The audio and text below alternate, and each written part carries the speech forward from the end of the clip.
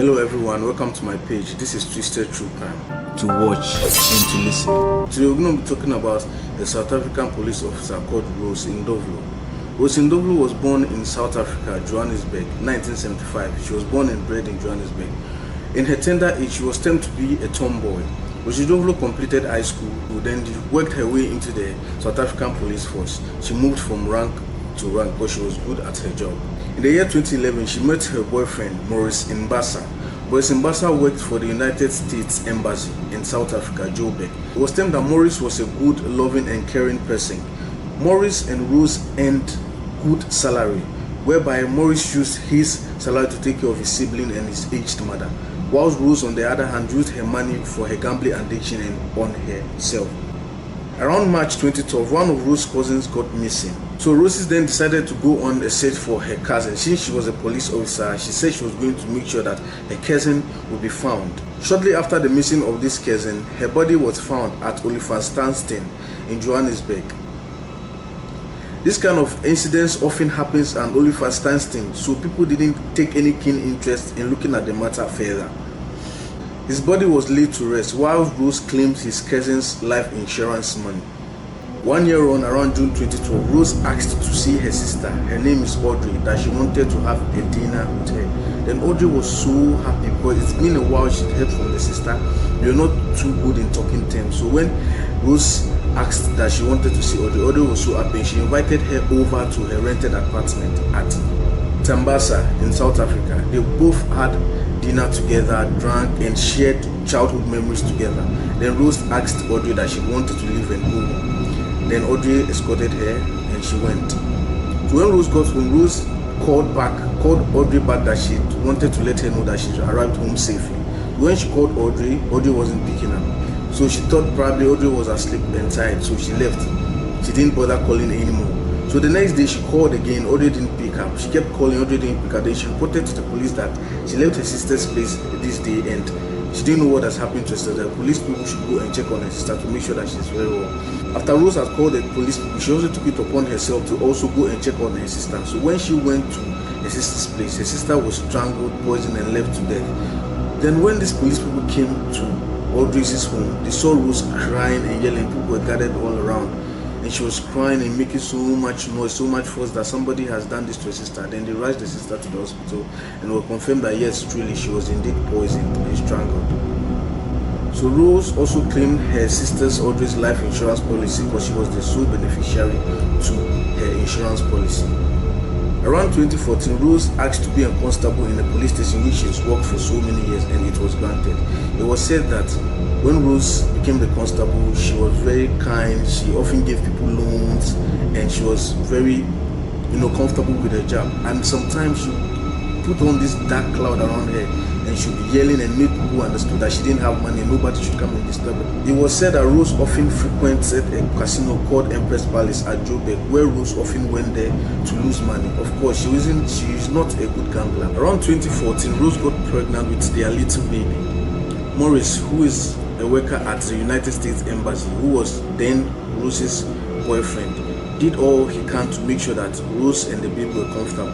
They often got into argument, whereas Maurice would just storm out of the house and go stay somewhere till Rose was calm, then she would come back home. This often happened. Then one day, Maurice got really furious and angry and he stormed out of the house. When Maurice stormed out of the house that very day, this time Maurice didn't return as usual, because when he goes out, he comes the next day and they will just make things up. This time Maurice didn't return. Then Rose immediately called the police and informed them that his boyfriend has left home since yesterday and he hasn't been home till now. When police began their investigation, they found Maurice at a lonely road where he was stabbed severally. Funny enough, his wallet was with him, his card, his ATM card, and there was money on him that day. The killer or whoever didn't take any of these things from Maurice. So then Rose did what she often does. She cashed out his boyfriend life insurance policy, which was $10,000. Around 2016, Zinel, who is Rose's cousin, came to stay with Rose.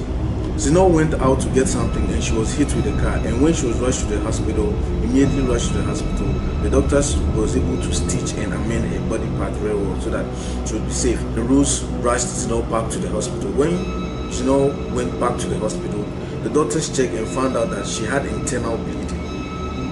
And it beats the doctor's imagination that we took care of this girl when she came here. If she had this internal bleeding, we wouldn't have discharged her home. In the doctor's mind, they didn't know what was going on, but they felt that no, something had happened to her when she went home. So little by little, she faded out and she died. And again, Rose cashed out Zenel's life insurance policy money. When she wanted to cash out this life insurance policy money, she stated that she was married to Zenel. Ew, really weird. Zenel is a girl. How can you marry your own sister?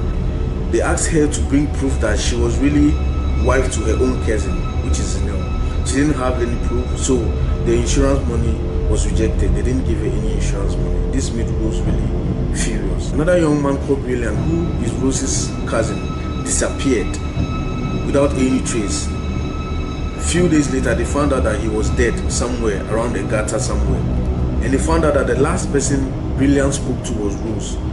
When they confronted Rose, she said she had no idea of Brilliant. She didn't even know Brilliant had even called her, or she had even spoken to Brilliant in any way. This time around, she tried cashing out Brilliant's life policy, which they rejected because she stated that she was Brilliant's mother, and they asked her to bring proof once again to show that yes, truly indeed she is Brilliant's mother. She had no proof, so this time the insurance money wasn't given to her. This made Rose really furious, mad and angry. In fact, she was so mad that she was broke. She didn't have money, and 2 insurance money was being rejected, which she knew she would cash out easily from the 2 that she already cashed out. That was the husband and the first cousin Audrey.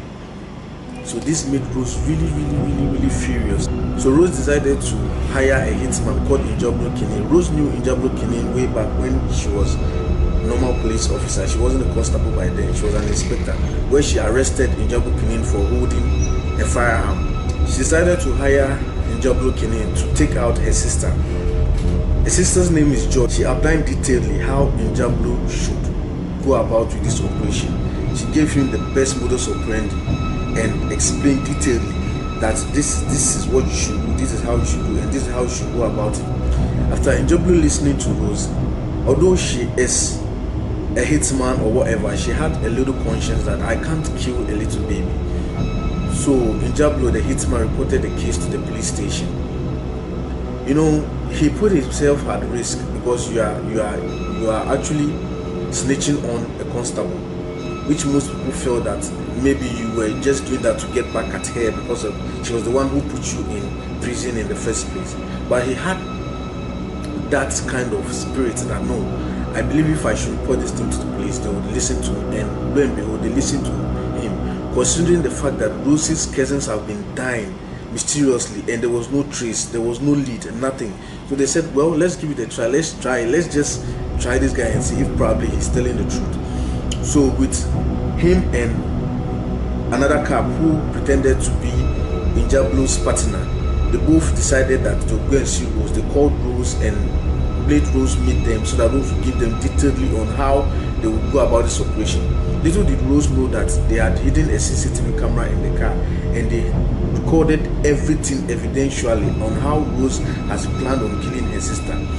The other guy whom Njablo brought together was also a police officer, but he was going undercover so that it wouldn't be like it was Njablo's words over Rose's words. So he was also there so that they would nail Rose directly.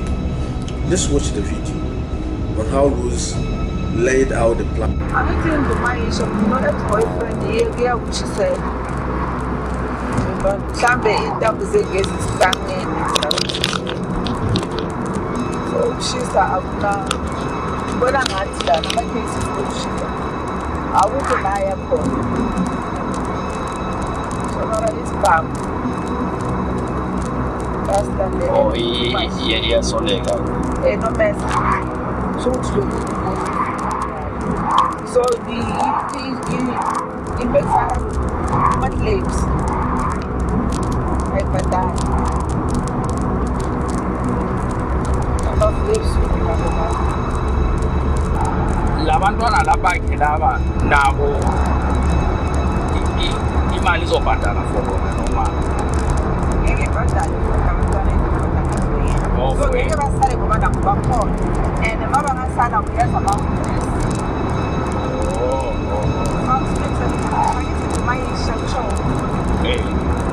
yonke into engaphakathi.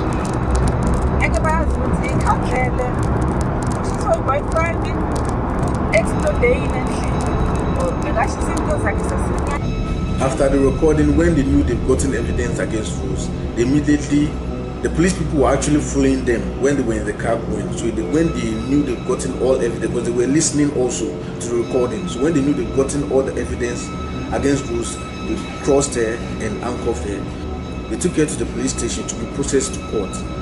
When they processed her to court, she was tried 6 counts of murder, and it was estimated that she had cashed out an amount of 1.4 million rand from her family members, which is equivalent to $90,000, for being the beneficiary of their life insurance policy.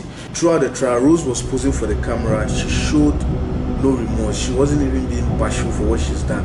She was posing and making fun of the judge and making fun of the court in all and the people who came to witness her. After the trial, when they were marching her into the vehicle to be transported to the prison, she got really furious and hostile towards the journalists, and she started throwing things at them and also making fun of them and really getting really furious. October 2021, she was found guilty of all charges and she will be spending 80 years in prison.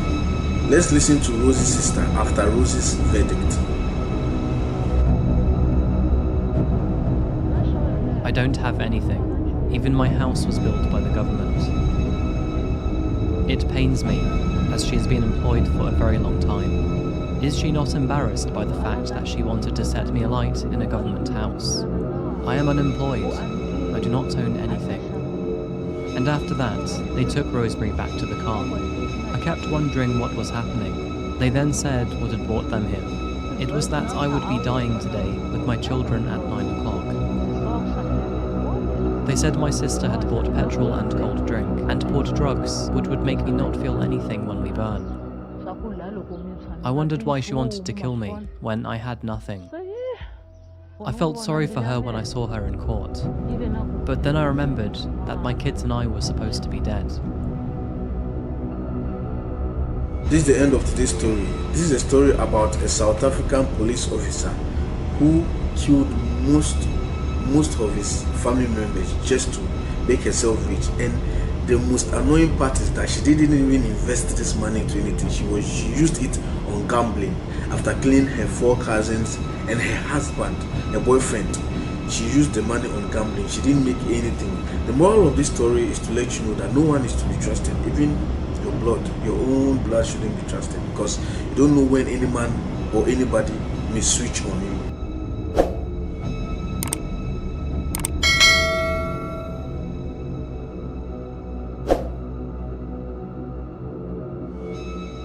To watch and to listen.